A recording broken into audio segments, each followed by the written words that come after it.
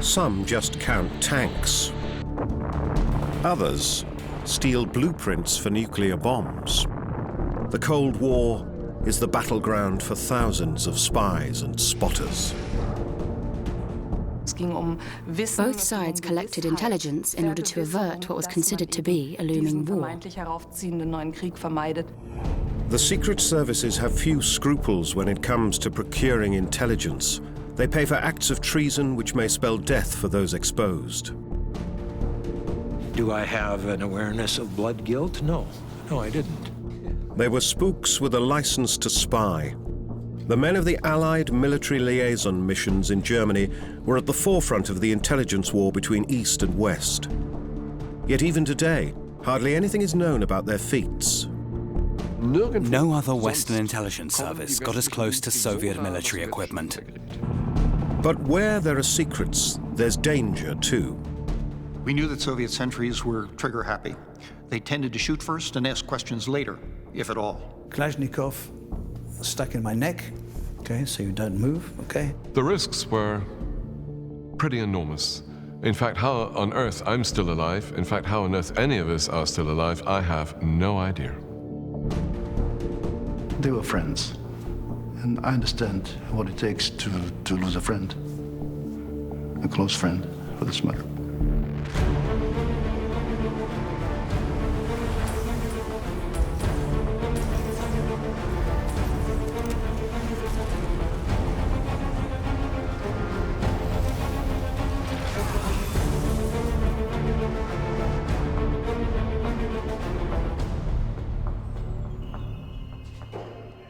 Nigel Dunkley, a veteran of the British military mission, in a hangar near Jüterbog, a small town south of Potsdam. He's meeting up with Manfred Müller of the local garrison society. Dunkley is telling him about his missions, about reconnaissance tours in enemy territory at night.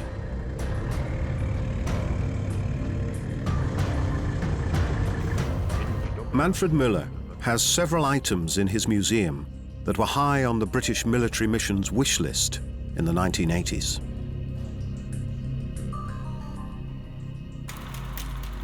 The officers of the Allied military liaison missions were constantly on the road. As couriers with a diplomatic passport, their original task was to solve problems between the four occupying powers in Germany. However, they soon exploit their freedom by spying on their opponents, the Soviets in Western Germany, and the Americans, British and French in the East, the German Democratic Republic. Each side is allowed to send out 63 men. An all-terrain vehicle is approaching a Soviet bunker. It is the early 1980s. The British are on the hunt for new types of ammunition that could contain biological or chemical warfare agents.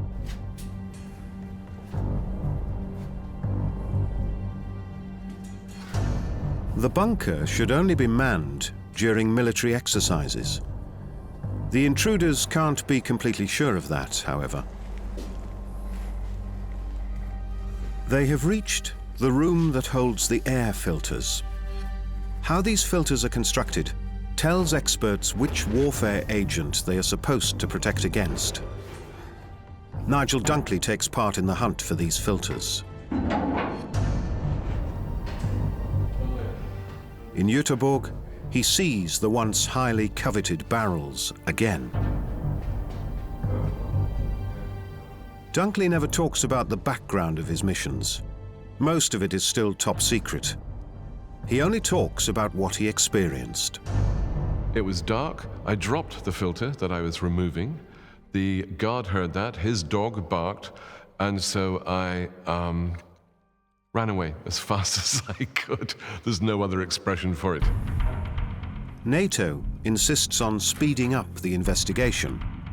How are the Soviet filters constructed? What warfare agents did the Soviets prepare for in an emergency? Could it be types of agents the West does not know of yet? In 1982, at a military exercise area, the British get their hands on the first filter. The news of the captured barrel hits the Ministry of Defence in London like a bombshell. The filter apparently protects against germs as well, biological particles being scattered by grenades, for example. In response, NATO is said to launch a research program to upgrade their own filters.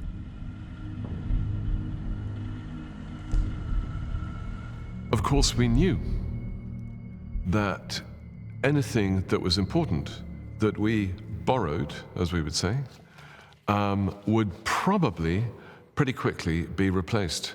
And so a few weeks later, we went back, and there was the brand new one. That was the one that we wanted, so we stole that as well. Afghanistan. Soviet troops have been occupying the country since December 1979. Moscow wants to break any resistance against the communist regime that has been installed in Kabul.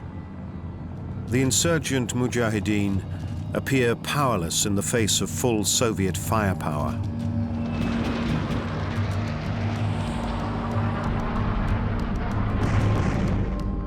Attack helicopters dominate the battlefield. Yet secretly, the Americans are supporting Islamist resistance groups in Afghanistan. The war at the Hindu Kush turns into yet another theater of operations for the secret services. Die CIA als Mittel der amerikanischen Regierung. The CIA launched Operation Cyclone, which is one of the longest and most expensive CIA operations to date. Und teuersten Operationen der CIA bis heute. Insgesamt in all, the cost of this covert program, which included arms delivery as well as economic aid, amounted to several $billion. Eine Milliardensumme.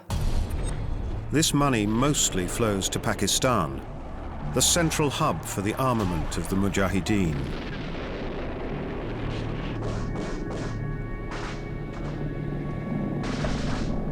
The CIA also supplies them with modern Stinger anti-aircraft missiles. The tide is starting to turn. With Stinger missiles, the Mujahideen can shoot down jets and helicopters.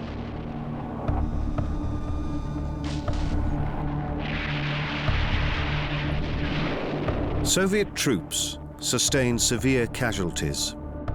In the mountains of Afghanistan, the superpower's heavy arms are ineffective. The alliance of Mujahideen and the CIA win the war. The US bolster a partner who will soon turn against them, while the Soviet Union loses a lot of prestige. Roughly 1 million people die, 15,000 Soviet soldiers among them. Hind attack helicopters fly over East Germany. Scouts from a Western military mission observe a maneuver. The war in Afghanistan deepens the divide between East and West. Soviet troops exercise new attack strategies. The Hind pilots impressed me, and I was an attack pilot as well, albeit in jets rather than helos. They flew low, aggressively, and maintained positive control over the aircraft. I doubt that our helo pilots could have flown better than many of the Hind pilots that I saw. The military mission's task is to find out whether the Soviets are deploying combat units from East Germany to Afghanistan. They need to produce information, no matter how they get it. The officers with diplomatic passports put on thigh-length overboots and protective gloves. None of them know what they will have to touch that night. They check their flashlights one last time. The barracks rubbish tip is their target. But they are not alone. The smallest noise could give the scouts away and alert the guard. Examining rubbish tips at night was part of the British Operation Tomahawk, activities which had been classified top secret until just recently.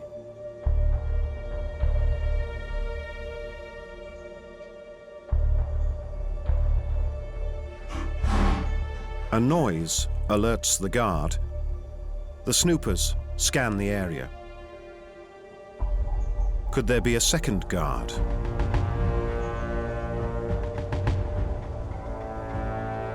It is just a stray dog. All clear. However, scouts feared dogs on night missions, as Nigel Dunkley remembers. There were quite often wild dogs out on the rubbish tips. These dogs scared me, and I don't mind admitting it. One of them, I remember, came up to me, like they often did, and started sniffing around my leg. And I thought, this dog must have rabies. It's not acting properly. A single dog can put the men in danger. After half an hour, the guard finally gets in his jeep and drives off.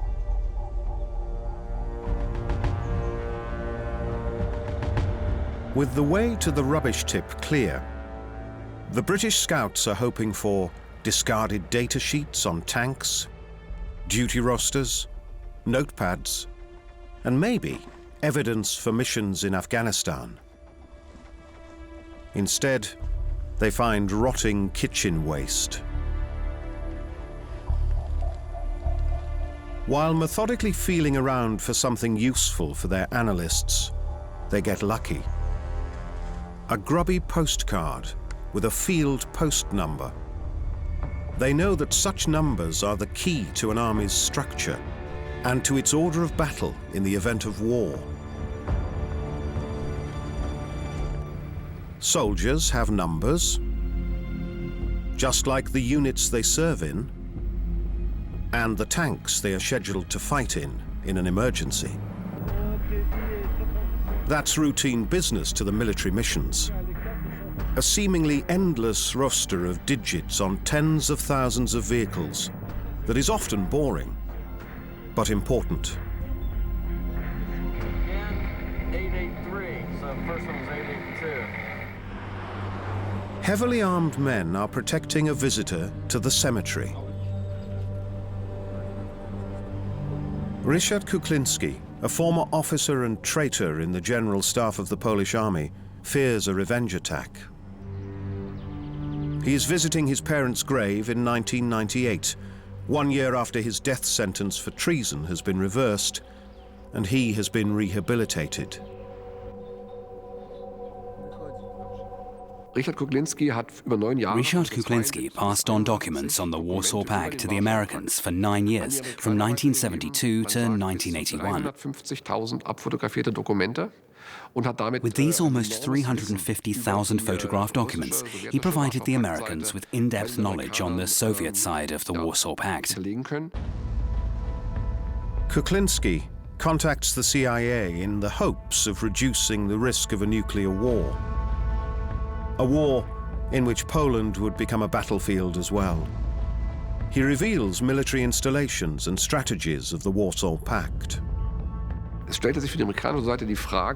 The Americans were wondering whether the Soviet nuclear arsenal was intended to serve as a threat or whether they would use it in an attack on Western Europe. And Kuklinski's documents indicated that the Russians were indeed using their nuclear potential offensively as well.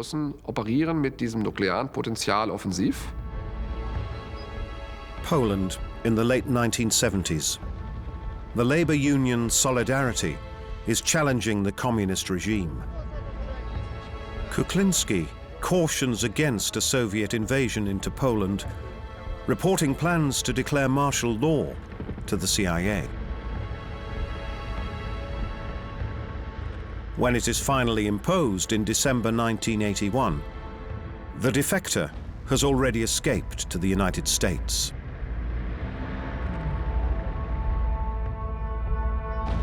Hiding in boxes, Kuklinski, his wife, and their 2 sons are smuggled out of the country via East Berlin by the CIA. In a transporter, disguised as diplomatic baggage, they escape at the last minute.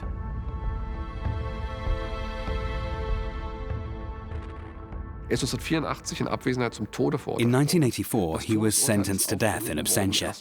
The sentence was not reversed until 1997, long after the Warsaw Pact had been disbanded and Poland was no longer a communist country. Kuklinski was controversial because there was dispute over Poland's status in the Cold War. Was it a sovereign state? If so, Kuklinski would have betrayed Poland and could be considered a traitor even today. Or was it just a puppet of the Soviets, and Kuklinski had therefore only betrayed the occupying power? Ryszard Kuklinski does not fall prey to an act of revenge. In 2004, he dies of a stroke in his exile in the US. To the present day, he is a controversial figure in Poland. The Warsaw Pact is not the only victim of a master spy, however. NATO is as well. This spy's employer is the Ministry for State Security of the GDR, the Stasi. His code name is Topaz, his real name is Rainer Rupp. As a spy, he makes no mistakes. It is not until 1993 that he is arrested and put on trial.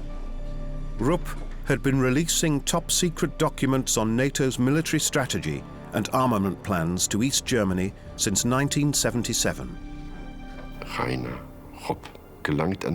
Rupp had access to documents you can only dream of, key documents from NATO headquarters. They were so fantastic, the Ministry of State Security immediately passed them on to the KGB the minute they received them. Rupp is a spy by political conviction. He is sentenced to 12 years on charges of high treason, which could have been disastrous in the case of a conflict, as the opinion of the court stated.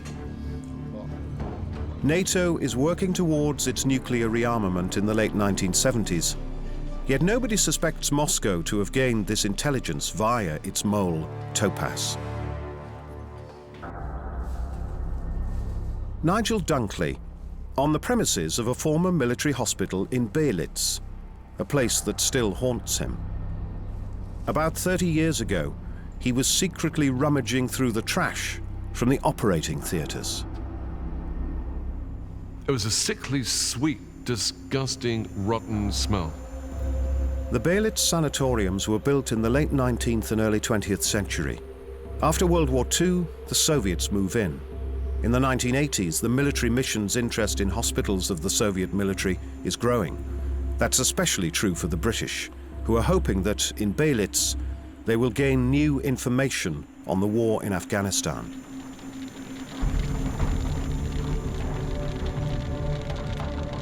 The Soviets suffer severe casualties in the Hindu Kush.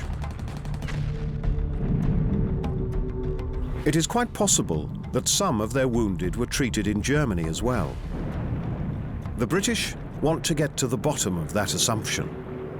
That is why Dunkley is sent to Belitz on some of the most depressing field trips he has ever been on.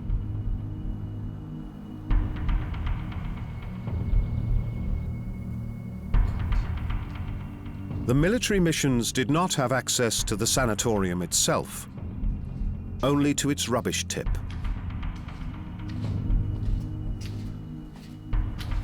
Coming back to this place after all these years still is a very emotional experience.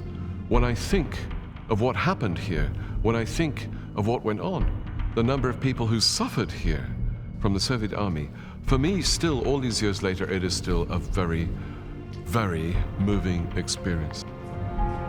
The operating theaters lie in ruins, but it only takes a few of the remnants to send Dunkley back on a journey through time. A medicine cabinet in the anesthesia department provides a window into the past.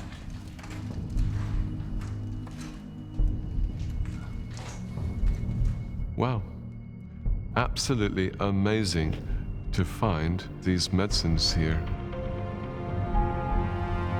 Dunkley contemplates the fate of patients and the work of the doctors. It's extraordinary to think that while the Russians were doing their surgical preparation in here in the operating theater, we at the same time are are out there waiting for the blood-stained bits of uniform, for the bandages covered in mess and bits and pieces, body parts even, from time to time. We're waiting there, as it was described, like vultures on a branch. For hours, they are on standby at the disposal site. They want to know where the fresh bags are being dumped.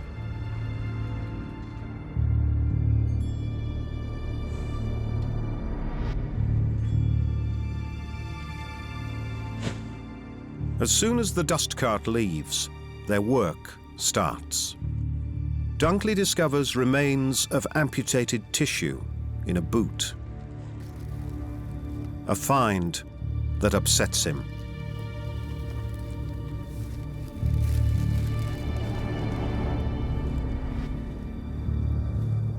I did this for 2.5 years. You can't do this kind of stuff without, after a while, it has an effect on you. You begin to think in your quieter moments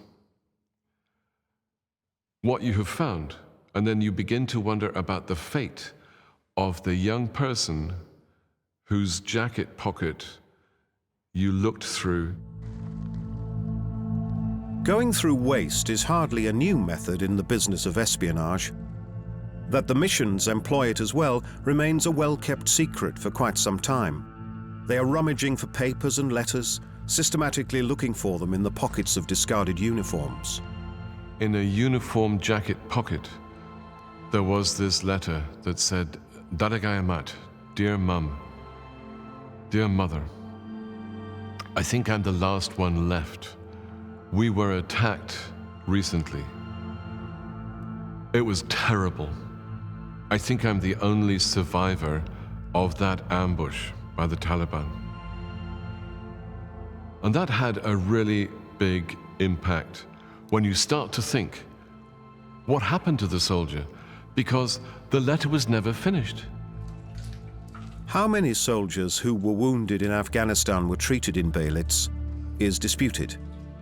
There probably were individual cases, Soviet soldiers who had been detailed there from East Germany. Hospital waste can reveal quite a lot, even without war wounded, about medical standards or protection against infections. All of that is relevant for the combat strength of an army. In the late 1970s, the Cold War undergoes its next dangerous escalation.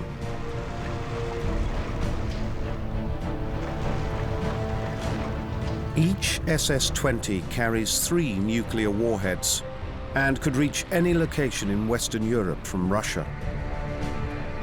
A nuclear conflict confined only to Europe is looming.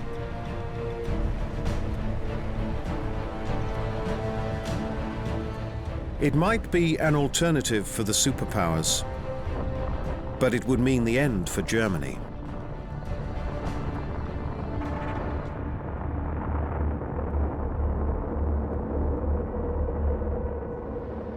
In West Berlin, the ruin of a listening post, shrouded in mystery, is rotting away. Its protective sheathing in tatters, its antennae dismantled. Helmut Müller-Enbergs, an expert on secret services, is imagining the babble of voices on the airwaves that the spies on the Teufelsberg, the Devil's Hill, used to listen to. They don't know what's happening in the east, but from this location they can take a peek at the desks of their enemies, so to speak. Where are tanks being moved? Where are maneuvers being conducted? What is going on? The Americans and the British use Teufelsberg as a base for spying. 1,500 personnel intercept, translate, and analyze in shifts. Their antennae pick up communications several hundred miles away. If there hadn't been sources or agents of the Stasi here, we probably still would not know who was on duty here or how many of them there were, and we wouldn't know what was recorded. Teufelsberg is one station in a global network operated by the National Security Agency, or NSA. an effective squad of eavesdroppers that, in the early 80s, is still top secret. However, that is about to change. With James William Hall, a US soldier working at Teufelsberg. In 1982, Hall begins passing on secret documents on the American eavesdropping operations to the KGB and the Stasi. Among them were long lists of the NSA's targets.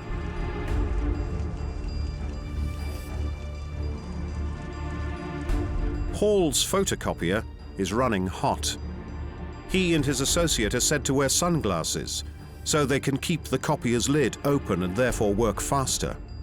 Even a classified document with the codename Canopy Wing is sent to East Berlin that way. Canopy Wing? Canopy Wing has to be the best piece of intelligence the Stasi was ever able to gather. Unfortunately, we cannot read the documents today. We only have their projections, statements, and hints about them. Projektionen, Einlassung, Andeutung. But with all the speculation combined, we can assume that the State Security Service had the ingredients required for a preemptive nuclear strike. Erstangriff nuklearer Dimension in Händen gehalten. They had a strategy for electronic combat. Kampf zuschlagen. Hall betrays how NATO would communicate in the case of an emergency, and how they want to disrupt the Warsaw Pact's communications. The Stasi describes how the West wants to manipulate radio communications between pilots and control centers on the ground. Strategies that must have been unsettling for Moscow. In the chaos surrounding the Stasi's files after the reunification of Germany, insiders secure the Canopy Wing documents. In 1992, the Kohl administration hands them over to the US without causing a stir. Hall's cover is blown in 1988, and he is sentenced to 40 years in prison. Jeffrey Carney betrays the NSA as well. He doesn't do it for money, but for conscientious reasons. His punishment, 38 years in prison. He is released after almost 12 years. In 1983, Carney is a soldier in the Air Force stationed at the NSA field site in Marienfelde, Berlin. That is where he learned about operations which still disgust him today. We didn't simply want to provoke the sleepy guys on the other side to see what they would do. We actually wanted to set off the alarm, literally the alarm. For those who don't know, that means we were planning to provoke the Russians into thinking it was the real thing. Think about what that means. An actual alert. 1983, the Cold War, Able Archer. Carney provides only vague hints, no details. He might have to go back to prison if he were more specific.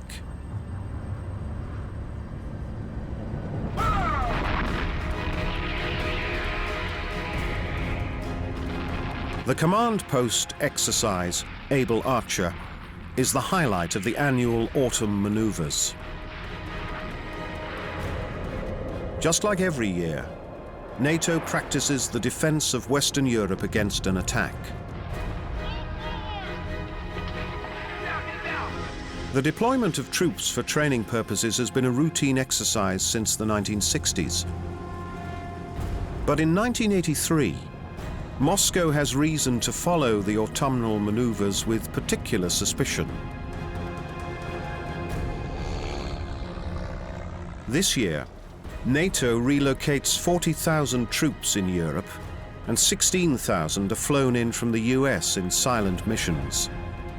In early November, the command post exercise, Able Archer, follows.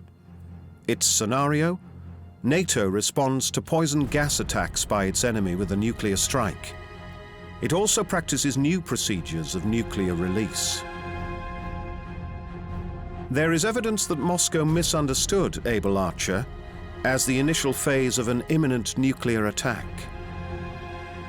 An officer in the British military mission later reports that Soviet backfire atom bombers, seen here in original footage of their takeoff, had been stationed in East Germany during Able Archer. Was it just a routine stopover? Or were the bombers ready for a counterattack? Able Archer is going to plan. Then, a double agent sends reports about flash telegrams in Moscow saying NATO bases were on alert. The West recognizes the misunderstanding and reacts. The agent who warns NATO is Oleg Gordievsky, a colonel in the KGB and a mole for the British Secret Intelligence Service. He has been betraying secrets since 1974. The Able Archer crisis makes him famous. There was great danger that bad decisions would be made. With intercontinental ballistic missiles, which take just 30 minutes to reach the other side, there's no time to think or to conduct an organized decision-making process. Since the early 80s, the Kremlin's fear of a first strike by NATO has been growing. Yuri Andropov, the terminally ill General Secretary of the Communist Party, orders the secret services to look for evidence that the West is preparing a war. Moscow readies its nuclear arsenal, as classified US documents prove. The number of redacted passages suggests that Able Archer was not as harmless as Washington still makes it out to be.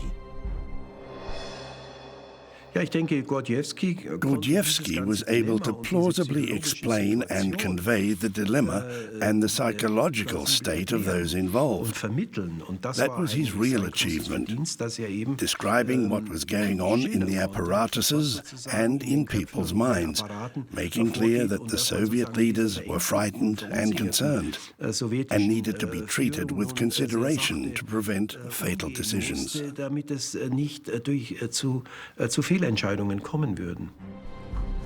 NATO takes Gordievsky's message seriously and abandons certain parts of Able Archer. In 1985, Gordievsky comes under suspicion.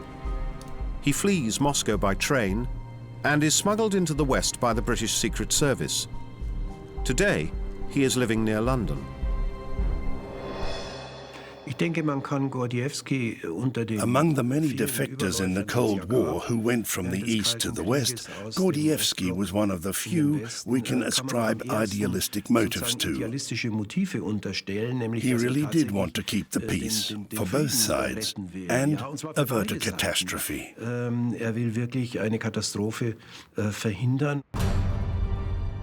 Jeffrey Carney sees himself as a traitor for peace as well.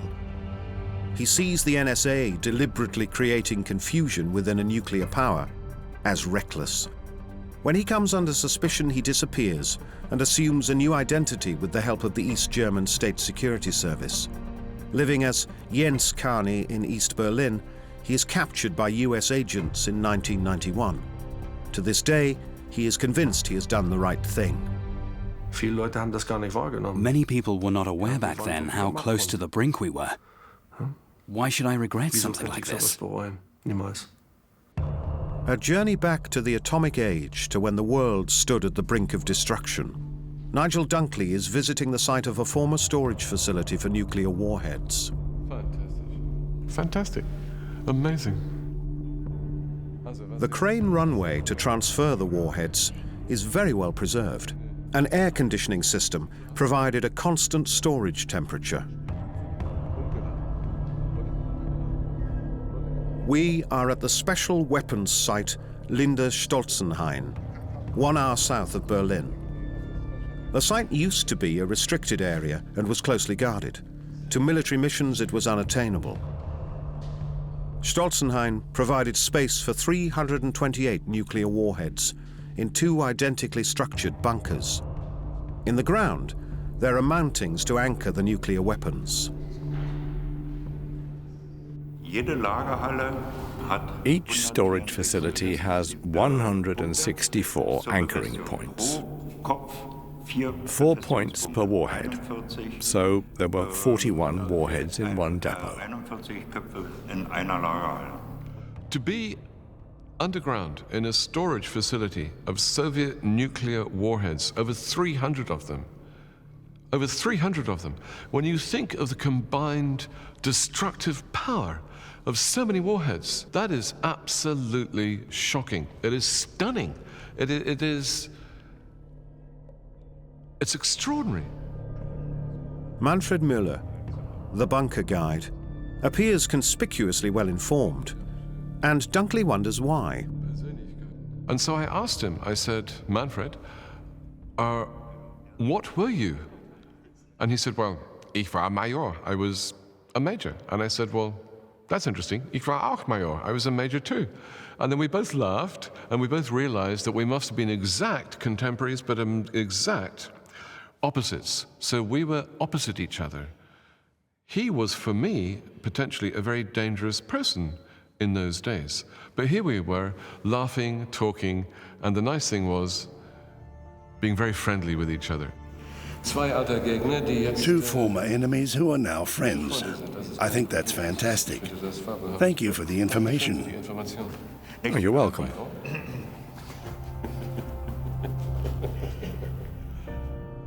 Unfortunately, their friendship only lasts for a short time. A few months later, Manfred Müller dies.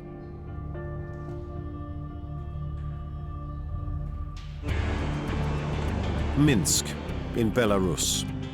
Fashionable clothes and international brands of car are everywhere to be seen. 40 years ago, when Vladimir Paskalev reported for duty in West Germany, it was very different. He is a driver for the Soviet military mission. Having been thrown into the hustle and bustle of a Western consumer society, he chauffeurs officers on their reconnaissance missions. He doesn't think of himself as a spy. I wouldn't say we spied on one another. We observed one another, and we kept in touch with the high command of Soviet forces in Germany. Who could we observe anyway? We only monitored troop movements, as we had no access to restricted areas. Aged 21, he arrives in Bunda, Westphalia, the site of the Soviet military mission, or Soxmis, in the British sector. His main task consists of reconnaissance missions. They have become routine in the conflict between two blocs that don't trust each other.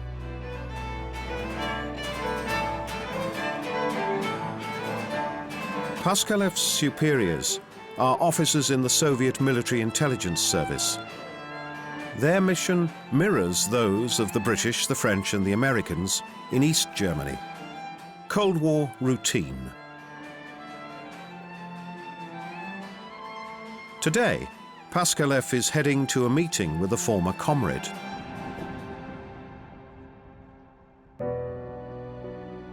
Myodya, in the Belarus countryside, 3 hours from Minsk by car.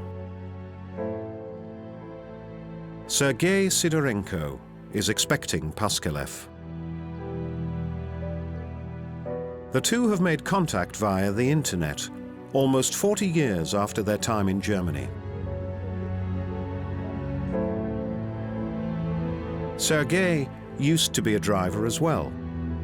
He was with the mission in Frankfurt. Today he is in a wheelchair as he lost his leg after a stroke. A great misfortune that forced the long-distance truck driver into retirement. His photo album reminds him of a better time, when they were driving fast cars through Germany. Did the police constantly chase you too? Yes, British military police always followed us.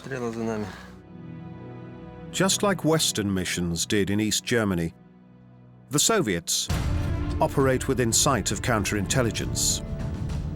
This is a surveillance video filmed in Frankfurt. A few years earlier, it could have been Sidorenko behind the wheel. US military police are waiting at the gate. All of a sudden, they take off at full speed. The car chase is on. The Soviet missions are suspected of conducting intelligence operations as well, such as using dead drops to pass on classified material. However, there is no proof of this. These car chases are familiar to Sidorenko, who finds them to be a nuisance. This photograph shows him in 1979 near Munich. Soon after, he will find himself with a gun to his head as German armed forces stop him. His officer had been trying to take pictures of an anti-aircraft system. For hours, he and his officer are trapped before the Americans rescue them from their predicament.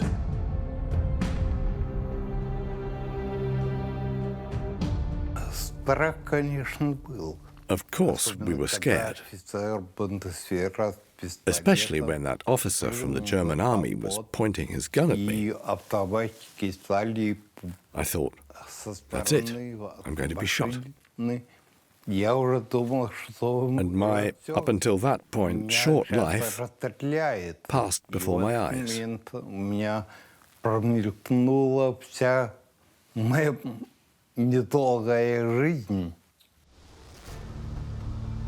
Lawrence G. Kelly is exploring terrain near Neustrelitz.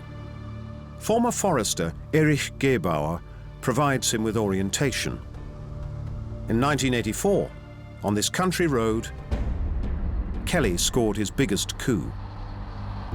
It's the time of the so-called rearmament in West Germany. In response to the Soviet SS-20, NATO deploys Pershing II missiles. Their nuclear warheads threaten targets as far as Moscow. The nuclear confrontation in the middle of Europe intensifies. The Soviets respond to the Pershings.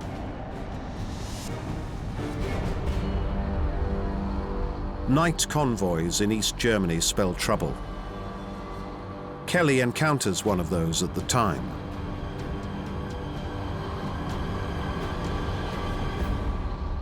I attempted to call out the VRNs, the license plate numbers, for the vehicles in the column, but there were none. The column was transporting cylindrical environmental canisters with very prominent longitudinal ribs, and those ribs were the primary signature feature for the scaleboard system. The SS-12 scale board is a well-known missile model, but it has not been seen in East Germany before. The SS-12 has a range of 560 miles, enough to pose a nuclear threat to Pershing II sites in West Germany. Kelly is taking pictures of the ominous canisters from his tour's moving car. He expects the Soviets to force him off the road any second, yet they don't react. It is only later that it becomes clear how important his photographs were. They were actually the first ground-level shots taken of this component of the weapon system at all, at least in the West. The public does not see the ribbed canisters of the SS-12 scale board until they leave East Germany in 1987. 1 year earlier, US President Ronald Reagan and Soviet General Secretary Mikhail Gorbachev had agreed to eliminate all intermediate-range ballistic missiles from Europe in the INF Treaty. Not only the SS-12, but also the Pershing II and SS-20 missiles were destroyed. Yet despite the policy of détente at the highest level, the spying war continues. Robert Hanssen ranks as one of the most serious traitors in the history of US intelligence services. It takes until 2001 for the FBI to expose and arrest him. Hanssen holds a key position in US counterintelligence, a dream position for a KGB mole. Hansen ist also ein gläubiger Katholik, geht in die Kirche. Hansen is a devout Catholic. He attends church, has a family and several children, and is a devoted father. None of that fits the pattern. Passen nicht zu dem in das Schema. Traitors usually have broken biographies. Somebody who has divorced 3 times and is an alcoholic would be more typical. Das ist schon eher typisch. Mere greed is what drives the supposedly upright citizen. He begins his lucrative double dealing in 1979. The investigative authorities estimate that over the years he has received $1.4 million in payment. As an intelligence professional, Hansen knows the pitfalls of the business and avoids them. Die Sowjets wussten bis zur Verhaftung nicht, wer dieser Mann war. The Soviets didn't know who he was until he was arrested. He never met with anybody. He was extremely cautious and very clever. That's why it took so long to find him. Hansen's arrest is a shock to US counterintelligence. He disclosed the position of secret bunkers for the government and information about operations against the KGB. His worst betrayal, however, was revealing CIA sources in the Soviet Union and thereby sending these informants to their doom. Dass einer diese Kaltschnäuzigkeit hat und being this cold-blooded, without showing any external signs, and committing such a crime, make him the perfect criminal. Das macht ihn dann sozusagen zum perfekten Verbrecher und He should have been sentenced to death, but narrowly avoided this fate by providing comprehensive testimony. Hansen is sentenced to 15 consecutive life sentences without the possibility of parole. Aldrich Ames is serving a life sentence as well. In exchange for several $1 million in blood money, he sends US agents in Moscow to their death, yet he shows no remorse. As I get in my car, as I walk in my house, as I put on an expensive suit, do I have an awareness of blood guilt? No, I didn't. He shows no sympathy for those he has betrayed, even as they are executed by the KGB. To Ames, death is an occupational hazard for top spies. One of those who was executed was Adolf Tolkachev, a radar specialist. He gives away information about the electronics of the latest Soviet missiles and jets. General Dmitry Polyakov is executed as well. He was a top informant for the CIA. Ames also exposes Oleg Gordievsky, who narrowly escapes the KGB. Aldrich Ames has got blood on his hands, blood of those 10 about Soviet officials who died executed by the KGB as a result of his betrayal. Ames and Hansen, men without scruples. To them, it's all about money, not about status or matters of conscience. As East Germany celebrates the 40th anniversary of the Democratic Republic, its fall is imminent.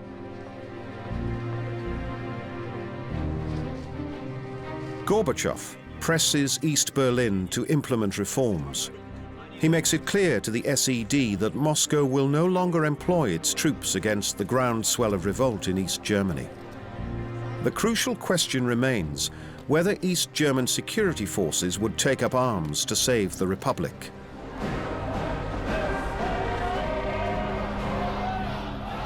Will the GDR's leadership risk open conflict with Moscow?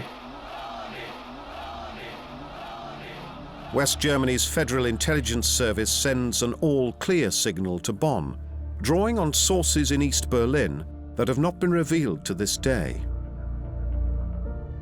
Und da hat man nun feststellen können, it showed how dependent the GDR and its SED leadership was. Führung völlig unselbstständig war. They were not allowed to make such a decision themselves, but received orders from Moscow not to shoot. The very moment that order was issued and leadership followed it, it was basically all over. Befolgt wurde von der SED-Führung, war die Sache im Grunde genommen gelaufen. On November 9th, the wall comes down. The paralyzed regime watches on as their people's desire for freedom becomes overwhelming. This is our time at last. The time for freedom. Germany is on its way to reunification. The Cold War is ending. And the withdrawal of hundreds of thousands of soldiers starts, in the East as well as in the West. With the reunification of Germany in October of 1990, the era of the Allied military missions ends as well. Back in Belarus, in Sergei Sidorenko's garden, this countryside idyll does not seem quite right for him. During his time with the Soviet military mission in Germany, he was always on the road, as he was later as a long-distance truck driver. Today, he is in a wheelchair. He got to know Lawrence G. Kelly via the internet. They share memories of their service in the missions.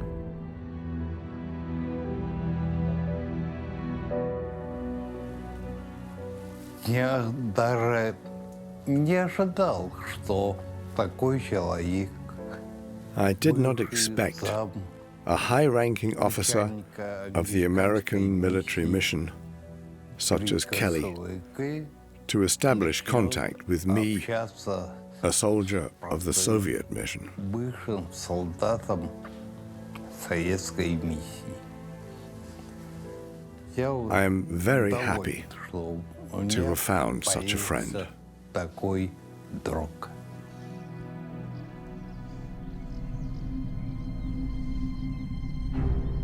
Sergei Sidorenko is back on the road. His new wheelchair has restored some of his freedom.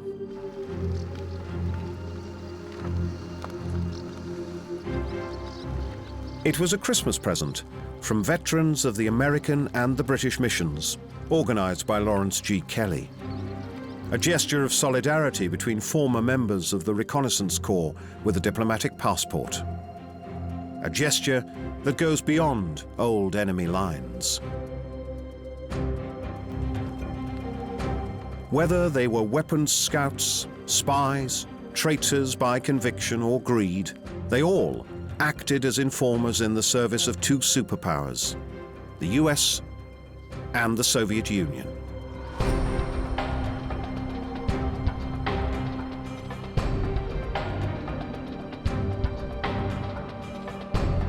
Many risked their lives, and some even lost theirs. But most of them contributed to security during the Cold War, through reconnaissance, espionage, and even through betrayal.